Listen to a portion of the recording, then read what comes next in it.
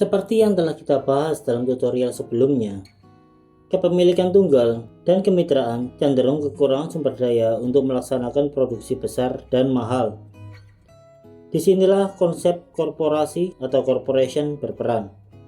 Korporasi adalah organisasi bisnis yang kompleks dan diklasifikasikan sebagai entitas hukum yang seringkali dimiliki oleh para pemegang saham individu.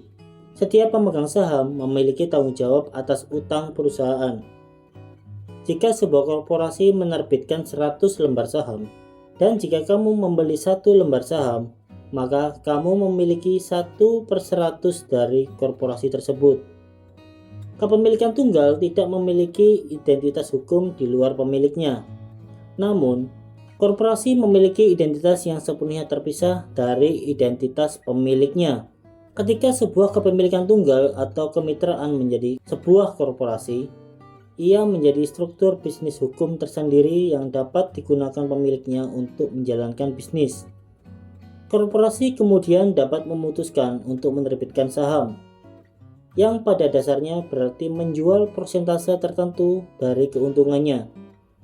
Menjadi pemegang saham dalam sebuah korporasi berarti seseorang tidak memikul tanggung jawab pribadi atas tindakan korporasi tersebut. Pemegang saham hanya dapat kehilangan sejumlah uang yang telah mereka investasikan dalam bisnis, dan mereka dapat memperoleh banyak keuntungan jika bisnis tersebut sangat sukses.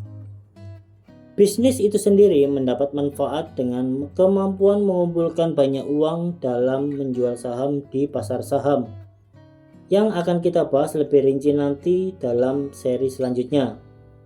Ketika sebuah korporasi memiliki kantor pusat di suatu negara tetapi berkembang ke negara-negara lain, korporasi tersebut dinamakan korporasi multinasional. Korporasi multinasional sering memiliki kekuatan besar terhadap politik dan budaya di negara-negara tempat mereka berbisnis. Namun, kesuksesan bisnis tidak selalu berarti pekerjanya bahagia. Pekerja yang merasa bahwa mereka dibayar terlalu rendah, terlalu banyak jam kerja, atau bekerja dalam kondisi yang tidak aman, dapat mencari kekuatan melawan bisnis tempat mereka bekerja dengan membentuk serikat pekerja atau labor unions. Seorang pekerja individu mungkin tidak memiliki kekuatan mengubah cara sebuah bisnis bertindak, tetapi dengan bersatu, labor unions, mereka dapat mendorong bisnis untuk melakukan reformasi. Serikat pekerja pertama kali dibentuk sebagai respon terhadap perubahan kondisi kerja yang dibawa oleh revolusi industri pada akhir tahun 1700-an dan awal 1800-an. Anggota serikat pekerja dengan cepat menemukan strategi efektif untuk membuat majikan mereka memenuhi tuntutannya, yaitu dengan melakukan pemogokan atau strike, di mana para pekerja secara serempak memutuskan untuk tidak bekerja. Jika cukup banyak pekerja yang mogok, hal ini dapat secara drastis mengurangi produksi dalam sebuah bisnis. Oleh karena itu, pemogokan bisa sangat efektif.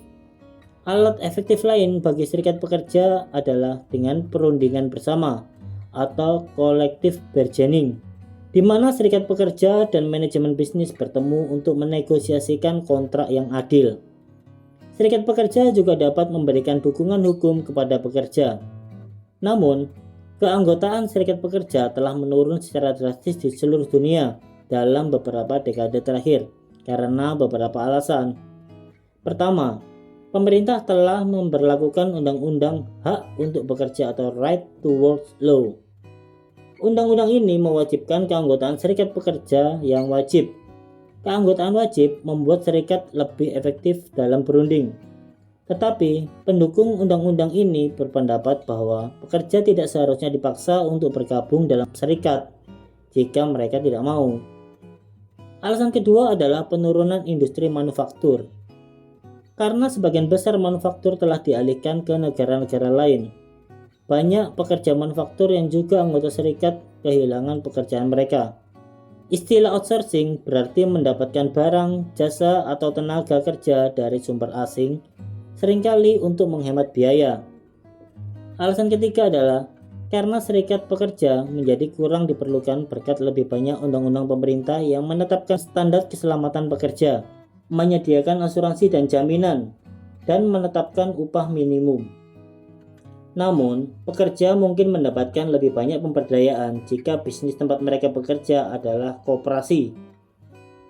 Koperasi adalah bisnis atau kadang-kadang organisasi bisnis yang dimiliki dan dioperasikan oleh sekelompok individu untuk kepentingan bersama. Anggotanya yang bisa mencakup pekerja maupun bukan pekerja membuat keputusan bersama-sama. Koperasi disebutkan secara eksplisit dalam pasal 33 ayat 1 Undang-Undang Dasar tahun 1945 yang berbunyi, perekonomian disusun sebagai usaha bersama berdasar atas asas kekeluargaan. Tujuan utama koperasi adalah saling membantu, bukan semata-mata mencari keuntungan. Berbicara tentang keuntungan, setiap anggota mendapatkan bagian dari keuntungan di koperasi tersebut sesuai bagiannya masing-masing. Selain itu, seringkali tidak perlu membayar pajak atas penghasilan. Perlu juga dicatat bahwa tidak semua bisnis ada semata-mata untuk keuntungan. Ada juga organisasi non-profit atau nirlaba. Organisasi non-profit tidak memiliki pemilik dan sering dijalankan oleh dewan direksi. Pemerintah membebaskan mereka dari pembayaran pajak penghasilan dan sering memberikan keringanan pajak tambahan. Organisasi non-profit tidak dapat menerbitkan saham, dan setiap uang yang dihasilkan harus diinvestasikan kembali ke organisasi.